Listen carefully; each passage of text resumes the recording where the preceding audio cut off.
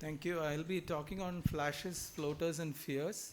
Vitreous floaters are nothing but condensed microcollagen which can cast a shadow on the retina, and it can happen due to a vitreous liquefaction as a part of posterior vitreous detachment, or due to trauma or inflammatory pathologies like intermediate uveitis, or due to retinal pathologies like a proliferative diabetic retinopathy. So, what are the red flags in vitreous floaters? It's a sudden onset of floaters or a sudden shower of red, brown, or black dots, floaters associated with flashes of light, or a gray curtain or a peripheral field effect. So, what are flashes of light? They appear as pinpricks or spots of light, which a patient might describe as shooting stars, lightning streaks, or flickering lights. They originate from within the eye and they appear and fade quickly. So it's basically due to a stimulation of retinal photoreceptors by the traction of the vitreous on the retina.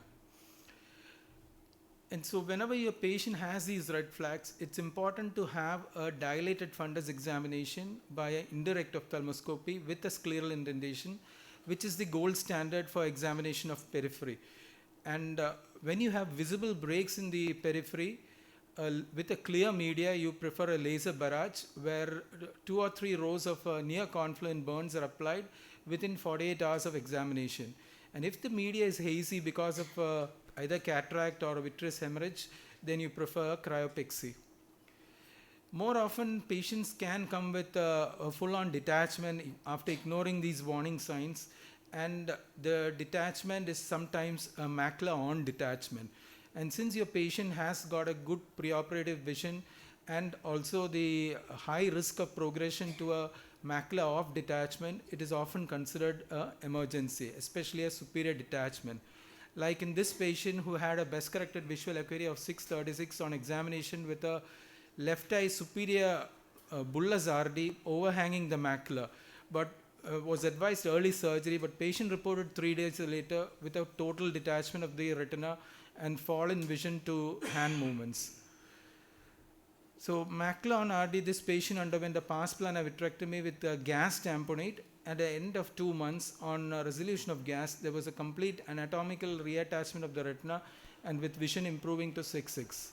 The steps of primary vitrectomy in macula on detachment include a PVD induction. I prefer to peel the ILM whenever there is the macula is partly off, to do a thorough base excision, cut off the flap of the brake, mark out the brakes with endocautery, and then fluid air exchange to flatten the retina, and finally do laser to the brake, as well as I prefer to do a 360-degree barrage all around, and close with the tamponade. And this patient with a macula on detachment underwent a gas tamponade with the vitrectomy and had at 1 month there was 50% gas fill with C3F8, and at 2 months there was complete reattachment of the retina with vision improving to 6/6 N6. Macula on RD may not be always an acute detachment. Like this patient had an inferior detachment with a subretinal band, and it was a chronic detachment. The patient underwent a vitrectomy with a silicone oil tamponade, and at the end of 4 months, on removing the oil, there was a complete reattachment of the retina, as well as we were able to stabilize the vision. So sometimes macula off detachments present, and these, though not an emergency, they are also treated on an early basis. And this patient had multiple peripheral breaks and underwent vitrectomy with silicone oil tamponade. At the end of 4 months, on removing the silicone oil, the vision was improved, and also there was good anatomical success. Scleral buckle is usually preferred when the breaks are peripheral, when you have a young patient with no PVD and you have an early PVR. Another retinal emergency is in a central retinal artery occlusion. Like this patient who was earlier treated by me for a pan-retinal photocoagulation, complained of a sudden drop in vision, something he described as switching off of a light bulb. And you take a quick short history and a quick check of the pupil and examine the fundus, you find a gross whitening of the posterior pole as well as a cherry red sign. The whole examination should not take more than a few minutes. The OCT, which earlier showed only a epiretinal membrane, now showed an increased hyperreflectivity of the inner retinal layers and the loss of delineation of the inner retinal layers, and the reduced reflectivity of the outer layers.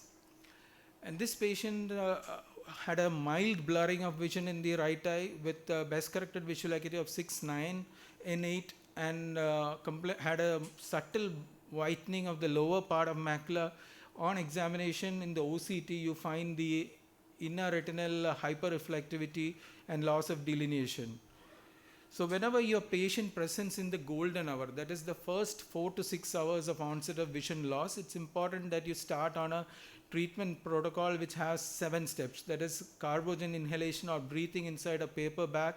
At the same time, you start the digital massage, and this is continued till you can shift the patient to theater for a paracentesis, can withdraw 0.5 cc of aqueous, continue the digital massage further on, give sublingual sorbitrate, nitroglycerin patch, oral Diamox, IV mannitol or IV pentoxifillin, whichever is available in the emergency. And after around 15-20 minutes, you recheck the fundus to look for dislodgement of the embolus. If the embolus is not dislodged, you repeat the paracentesis and continue treatment for 30 minutes.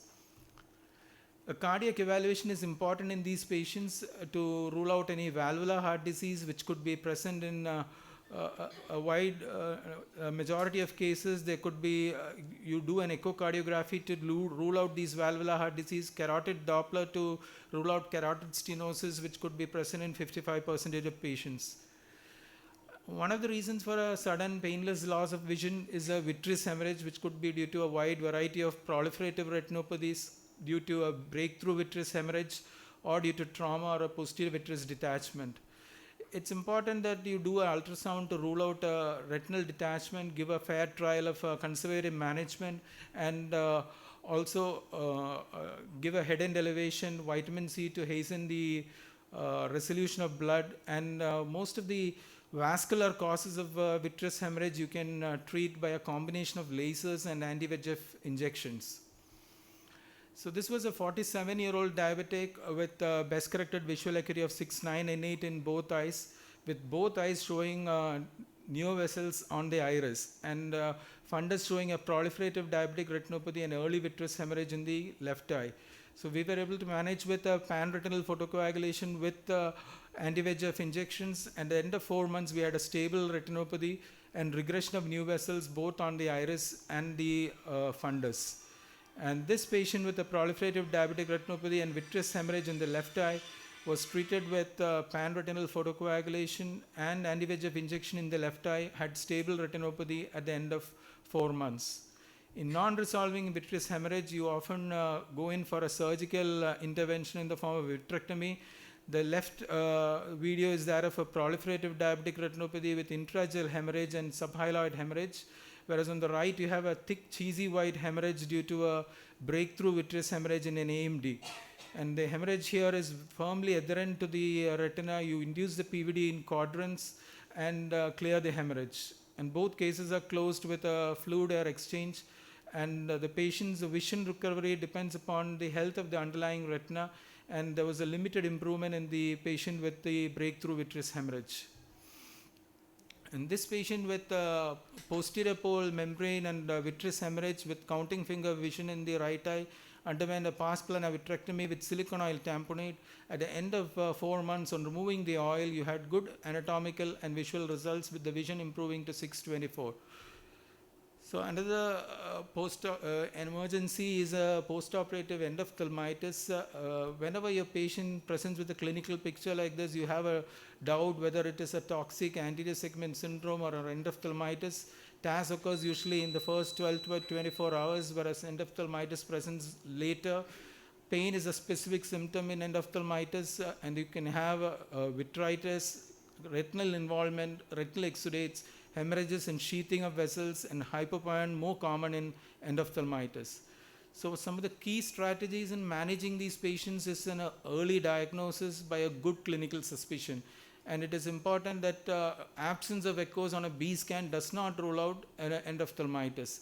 Identify the cause by an aqueous or vitreous tap, and do culture and PCR studies, and treat aggressively by intravitreal antibiotics And whenever your patient is not responding to antibiotic injections, important to go in for a early vitrectomy. And nowadays you prefer an aggressive vitrectomy, especially in fulminant organisms where there is an aggressive organism and which is not responding to your intravitreal antibiotic, and you have a retinal detachment complicating the endophthalmitis.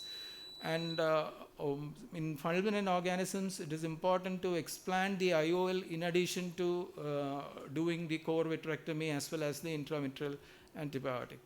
Thank you. This is my team at different places. Thank you.